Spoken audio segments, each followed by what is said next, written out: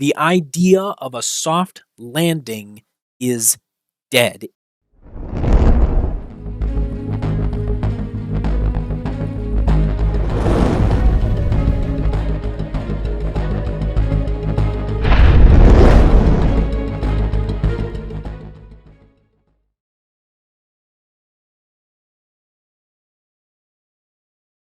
Good evening, everybody. My name is True Demon, and I am the Devil's Stockbroker.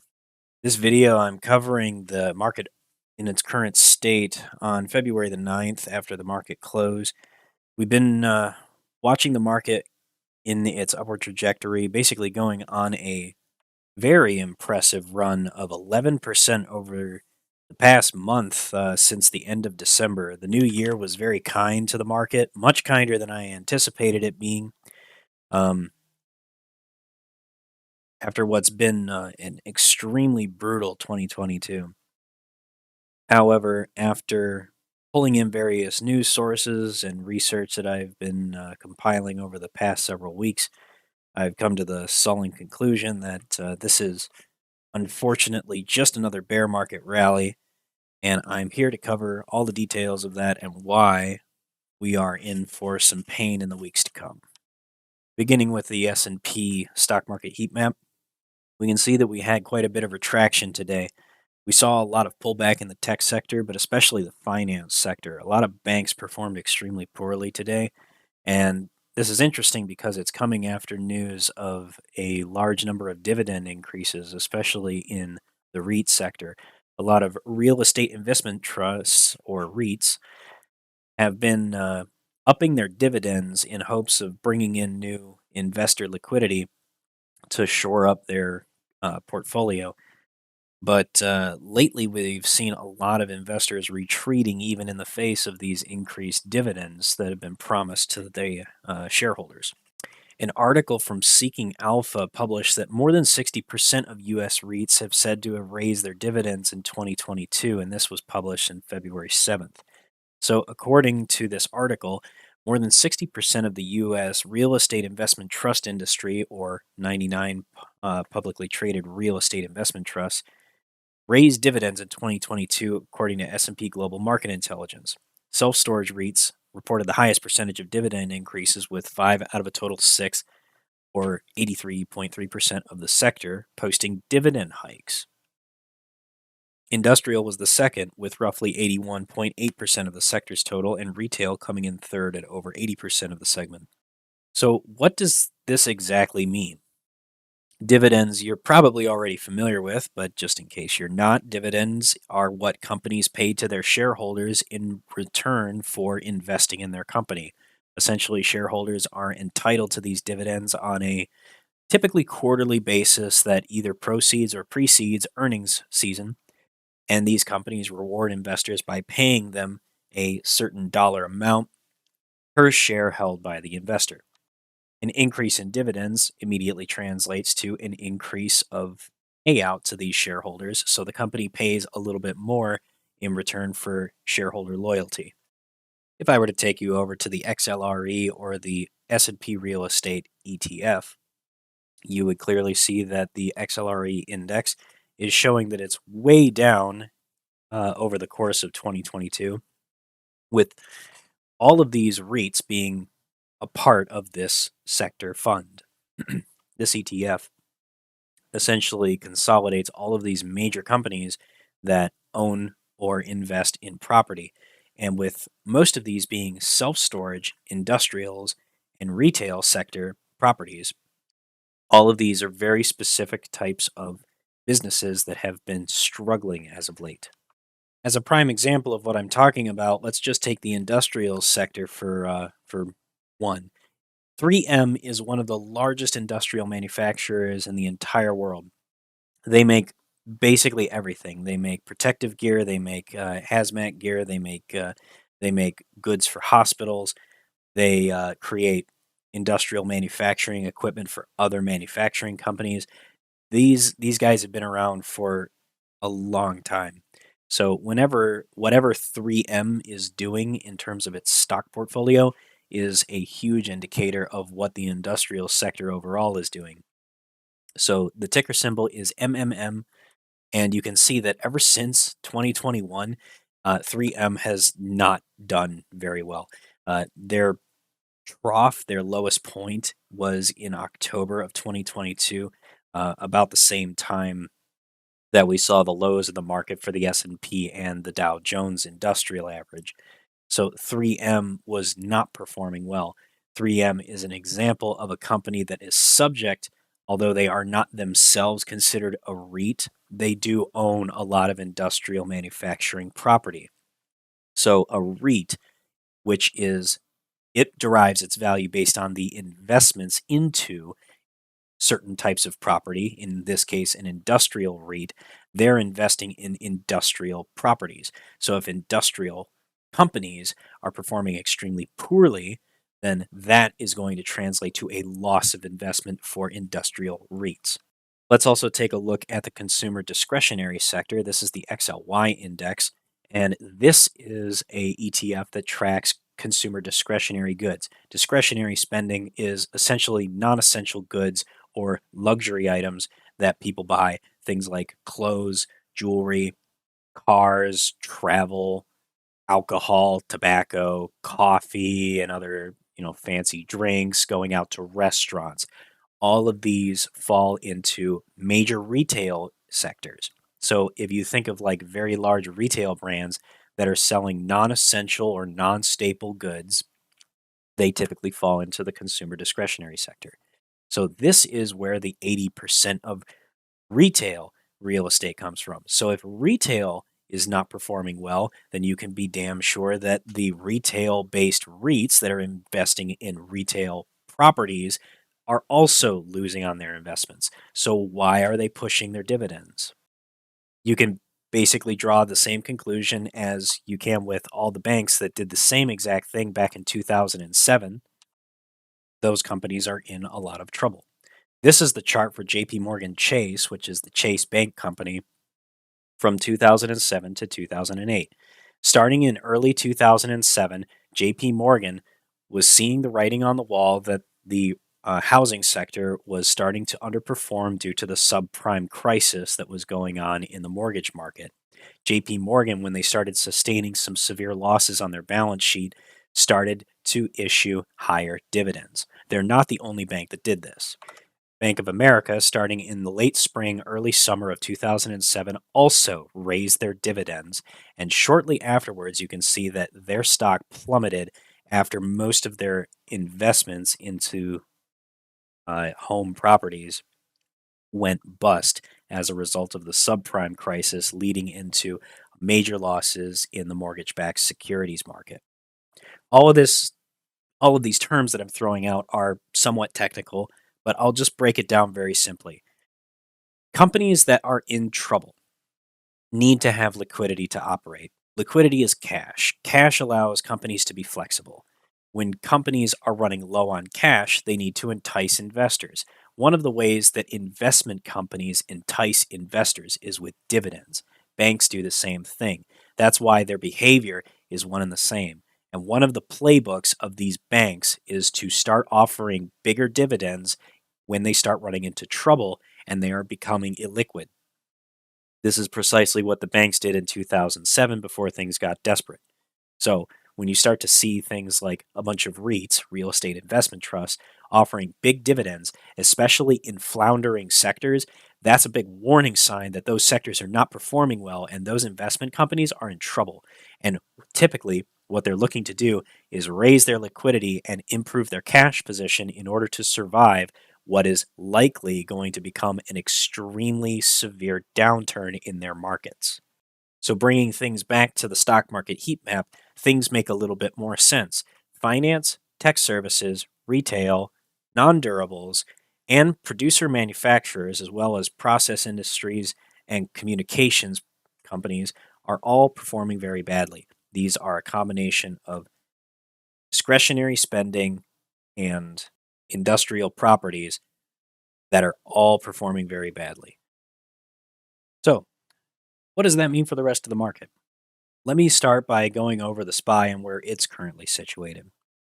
So our last high in the market that came before this was all the way back in August on the 16th. That was when we reached our absolute peak in the market, and it came after we had hit the lowest low in the market just about 2 months earlier, and that brought the SPY back by about 20% from its low point. Now we've seen that the SPY, ever since October of 2022, we've now returned to another 20% rise, very closely to a 20% rise in the market over a 115-day period. It's been a long wait for us to get to this next peak, but I believe that this is the peak of our current market rally.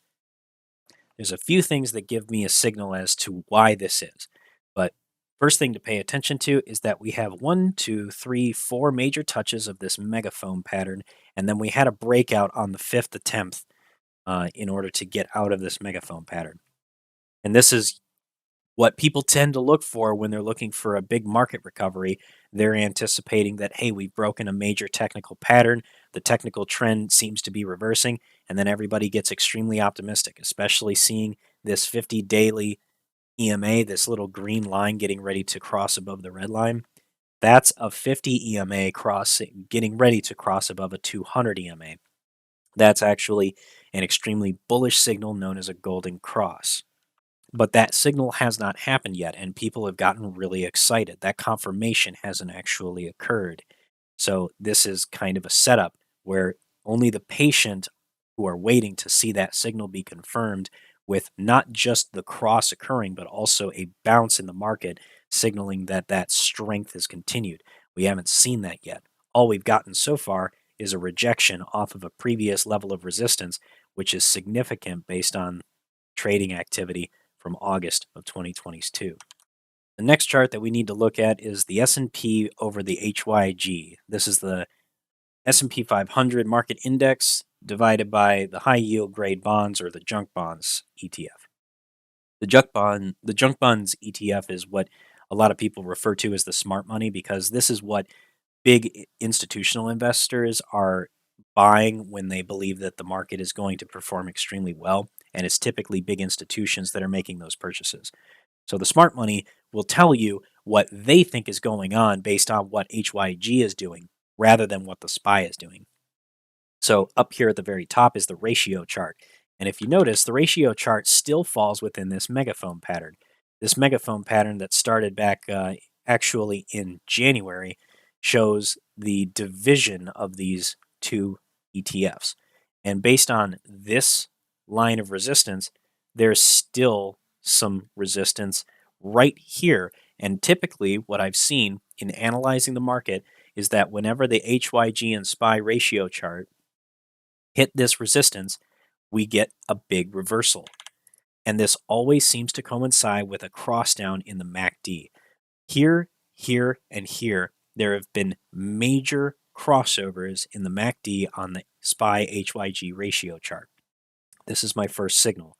We haven't seen the crossover yet in SPY and HYG, but this is a lagging indicator, meaning that it typically only happens after we have reached the peak. It does not predict it. It merely confirms it. So with the SPY and HYG ratio chart being right here at the peak, this is a time to be nervous, because if we don't get a breakout, seeing that the SPY is going to continue moving to the upside, being confirmed by the high yield grade bond sector, meaning these HYG, this blue and yellow bar chart, needs to start going up also, because that proves that momentum is still bullish. When this stops happening, then you get an inverse relationship between SPY and HYG, where you see HYG going down, SPY continuing to go up. And this divergence is typically a signal that the market is wrong, that SPY is wrong, that stock traders are wrong. One of the most concerning elements of this is that when you look at the HYG sector by itself, what you actually end up seeing is a rising wedge rather than what the SPY is showing you, which is just continuous uptrend. So while everybody who's only been paying attention to what the SPY is doing sees this perfect channel and is expecting this continuation to occur, HYG is showing a really heavy amount of resistance, as well as this really small abandoned baby candle pattern that you see right here, where HYG gapped up and then gapped straight back down the following day. Overall, HYG has not even attempted to break this level of resistance and is now actually breaking down below support through the bottom of this rising wedge. And if this actually is confirmed tomorrow on Friday, then it's very likely we're going to see HYG take a big drop. And SPY may go with it. What tends to happen with this SPY and HYG divergence is that the bond traders will make their moves and their decisions well ahead of time, and then the market traders end up with a gap up the following day or the following week. This is the ES futures market, which is tracking the S&P 500, and what you'll notice is that already the futures traders' decision has been made. They're getting ready to start pushing the market down even further. Right now, we broke over this significant area of resistance as of February the 1st, but now we've closed back down below this level of support. If the futures market continues to move down lower than this and breaks this level of support here, then that's a signal that the market is anticipating some serious downtrend. Let's go take a look at the VIX and just see what the volatility index is showing us. The volatility index actually spiked up really heavily 2 days in a row. We had a slight gap down in the morning on the VIX, but that's not unusual. What is very unusual for the VIX is that we had this huge drop down here into extremely bullish or euphoric territory below $20, and the market was performing very well all throughout the last few weeks of January. We saw the VIX dropping down at the very lowest down to 17 points, or $17, excuse me. The last time that we actually touched this area was at the very beginning of January of 2022, when the market had completely peaked. And then shortly after that, we saw major fear take hold of the market. We rebounded, or rather rejected on the SPY, and the VIX went absolutely crazy, hitting a peak level of 38.9 at the high watermark during the scariest point of the market after the Fed had announced that they were going to begin tightening. And all of that was fueled by major inflation fears that the market was going to basically be stuck in a phase of quantitative tightening and that the music had stopped, that the Fed was going to start punishing traders, and that we were going to see consumer spending drop as the cost of living rises. And that's precisely what happened. What I'm essentially getting at is that the current market state right now is one great big giant bull trap. Looking at the SPY even closer, we've been trading in this range, trying to break above resistance, and every single time that we've tried to get a breakout, we have broken into we've made lower highs. The wicks have been widening to the downside. This is not a traditional bull flag. A lot of people are calling this a big market bull flag. It's just a pullback, it's healthy, and that it's going to come stronger than ever before. This latest candle from today, Thursday, February the 9th, is evidence to the contrary, showing that the market is actually getting ready to break back down to the low side and has effectively broken all support. We've closed below the wick from Tuesday, February the 7th. We have broken below support, which was established here by these two previous candles from the 13th of December and the 1st of December, when we broke out to new highs and were rejected off of this level.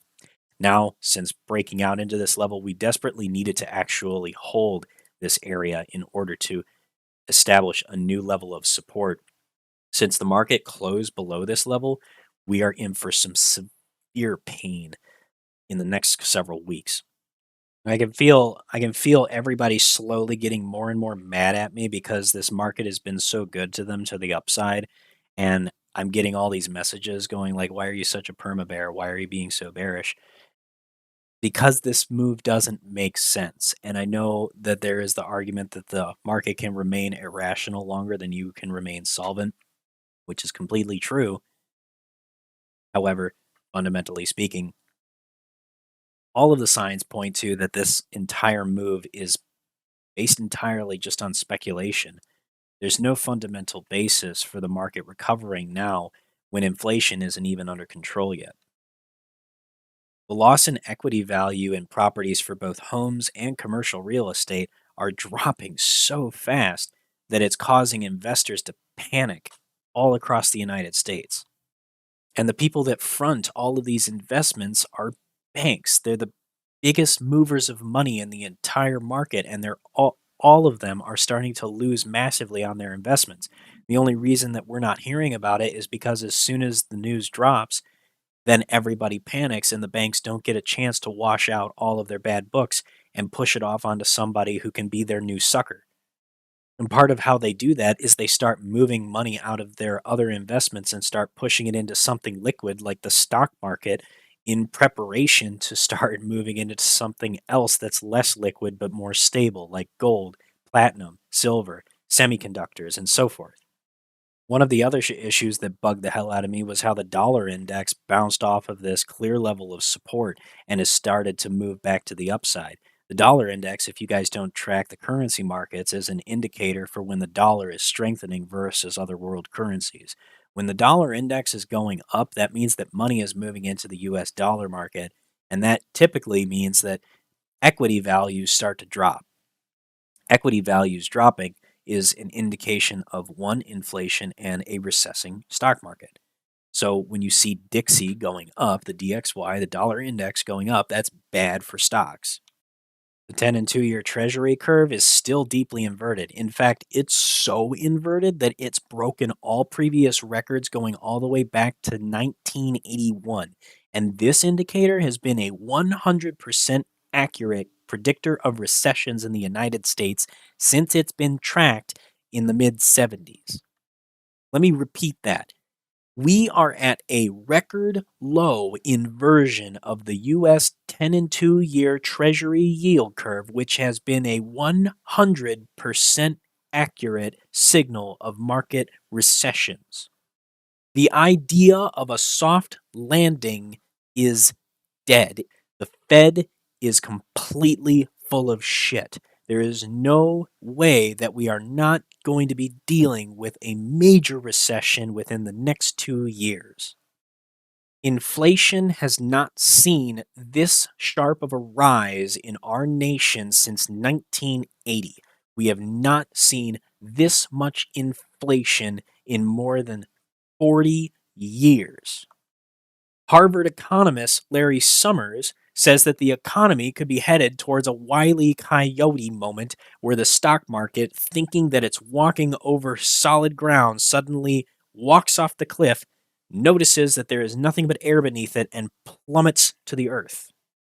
Let me read this article very briefly for you to just drive the point home. Signs of fading inflation and a few strong job reports are not enough for Larry Summers to sleep well at night.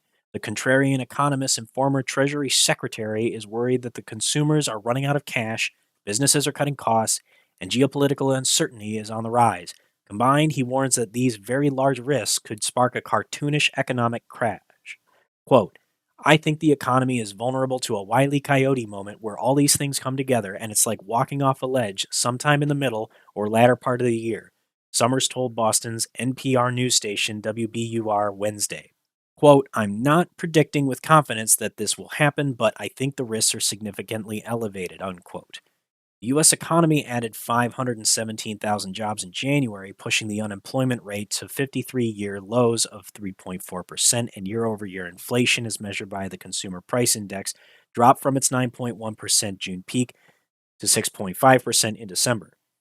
Fed Chair Powell said last week that the latest data is indicative of disinflation in some key segments of the economy, but Summers, who over the past few years stood firmly against the Federal Reserve's, quote, transitory argument that inflation was a temporary issue caused mainly by broken supply chains amid COVID-related lockdowns, says that getting inflation all the way back to 2% target remains a challenge. He says it's going to be a very difficult balancing act. I think the economy is going to slow and inflation is going to come down, but I still think the risks are very large that either we don't get the inflation down durably or the economy tips into recession. He compared it to antibiotics for the economy, referring to the Fed's interest rate hikes, where the full prescription must be taken for the effects to last. Quote, we've all had the experience of taking a course of drugs and giving up, stopping the drugs before the course was exhausted, simply because we felt better. And then, whatever inflation we had came back and it was harder to fight the second time. Summers admitted that the economy's been stronger than he forecasted, but argued that a recession is still likely coming within the next 18 months. That recession could begin with an outright crash, a Wile E. Coyote moment of sorts, due to a few key factors, according to this economist. Consumers are spending down the savings that they've built up over the pandemic and are using credit card debt to cope with the rising cost of living. Eventually, that could lead to a point where Americans' wallets are tapped out and overall consumer spending falls. Here's the reality of what I think is going to be coming for 2023. This is the US Consumer Price Index, which typically, when we read the reports, is represented in percentages because that's typically what we're looking for inflation is a percentage of the increase of cost of living. But when you put it on this graph and you just see how sharp of a growth trajectory we've undertaken, the US CPI index shows that we were on this steady linear trend with a few bumps and ridges in between. But ever since 2021, we went on this parabolic curve that saw us just kind of plateauing here over the last several months because we finally started to try and pull back on the reins. The problem with the US CPI index is that it's representing things in terms of growth when it totally takes out of the equation the fact that American consumers have had sustained high spending for basic staples just to make ends meet. For crying out loud, the cost of rent for the first time in history has crossed $2,000 per month on average nationally. It's never happened before. We've never even approached it. And we blasted through that milestone just a few weeks ago like it was nothing, and hardly anybody is even talking about it. The way I see things, there's only one direction that is reasonable for the market to go because nobody's going to be spending anything. And we're dealing with a whole bunch of earnings contraction that, despite some better than expected air quote earnings that we've received from some of the biggest names in Wall Street, as well as the big tech companies, they're still not good. Consumers aren't buying those products at the levels that they used to be, and all those companies are still bloated with a massive staff and a huge manufacturing operation trying to push out mountains of product that nobody is interested in because everybody is barely holding on by their fingernails just to make ends meet for their basic necessities. Nobody can afford to live. We can't afford rent, insurance, gas for our cars, food. Everything is too expensive, and it's going to stay too expensive for the duration of 2023. Eventually, the whole mess with consumer spending and overuse of credit cards is going to catch up with us, and the banks are going to start dealing with waves of defaults, foreclosures on mortgages, and a whole bunch of people getting evicted because of the excruciating cost of rent. And meanwhile, everybody in the stock market is like, yay, we finally started pulling back on rate hikes and we're not having to do with 75 bips hikes anymore. Yippee, the market's going back into a bull trend. No, you fucking idiots. We've only just hit the peak of the latest bear rally and we still got a long way to go because basically every American is suffering because they can't afford to live. Who do you think is the backbone of the economy? It's everybody that's below the 90% rung of society. Everyone that's holding this economy up is suffering, and eventually, when you break their back, they're not going to be able to carry you anymore. Forget about trying to tell Wall Street that, though. They've just plugged their ears and keep staring at all the dollar signs on their screen as they watch their ticker symbols go up and up into the stratosphere. You guys have heard enough of my ranting. Here's my forecast for what's coming in the next couple of weeks. First of all, SPY's already broken its support. The way I see it, there's only one direction that we're going to go, and that's down. I'm expecting for the SPY to return back to a $400 support and retest it within the next 2 weeks. Before March, I anticipate we'll be trading below that level. As early as the 17th of March, I anticipate that we could be retesting these new lows at $380, potentially seeing the SPY breaking even farther below. The biggest leader of that move, I believe, is going to be the real estate sector, which is based on U.S. residential real estate and commercial real estate for businesses, especially in the retail, industrials, and offices sectors. So essentially, high business properties. All of these companies are starting to struggle because they're not filling their office spaces and everybody's moved over to remote work. All of those REITs are seriously beginning to suffer, and they're starting to go and pull out their playbook for desperate things we do when we're starting to shit the bed. XLRE is going to be the index that will give you the indication of what happens next when their plan begins to fall apart. When you start seeing this thing heading down, you know that we're in for a really bad frickin' time. Apple's another one that I feel is extremely over-leveraged. This stock in particular has been throwing signs of a big diamond top pattern for the last several days. It moved up parabolically over the course of a month, and now it's just been stalling out sideways. You could say that it's a bull flag. You can try to say it's a bull flag, but it's got a flat bottom, and it's starting to lose. So it's starting to get lower and lower with its resistances. This is a descending triangle at best.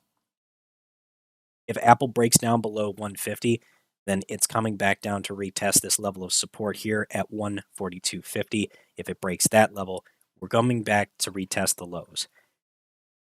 Tesla performed absolutely phenomenally over the past several months, and that's great for Tesla, great for Elon. Very proud of him. I don't think it's going to last. I was amazed that it broke 200. For me, this was the ceiling of Tesla. Anything above that, I was looking to short it, and I made good on my promise. I took a short position on Tesla today. It's currently up pretty significantly. My strike is at $200. I'm anticipating that it's going to go in the money first thing tomorrow. I'm actually anticipating Tesla to gap down massively on Friday morning, and we'll see it trading below 200 by the afternoon. At a very minimum, I anticipate that Tesla, even if it does continue on its bull trend, that it needs to start establishing a new level of support. The logical place for it to do this is down here at the 23% fib retracement level. If Tesla rebounds off of this level, then it can potentially continue. Tesla has been a bit of an anomaly in this market, and even though the company has been getting pummeled by shorts, this has short squeeze written all of this movement has short squeeze written all over it, and Elon, I'm sure, has been enjoying watching his company's stock recover, but there needs to be some relaxation coming in the next couple of weeks, even if it is going to continue on an uptrend.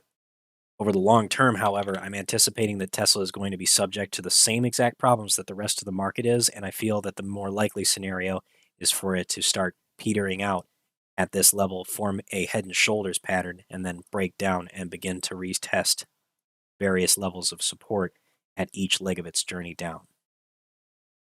NVIDIA has entirely broken all fundamentals and has absolutely no business being all the way back up at 222. It never should have been here in the first place. It's now beginning to start running into resistance right here at $230.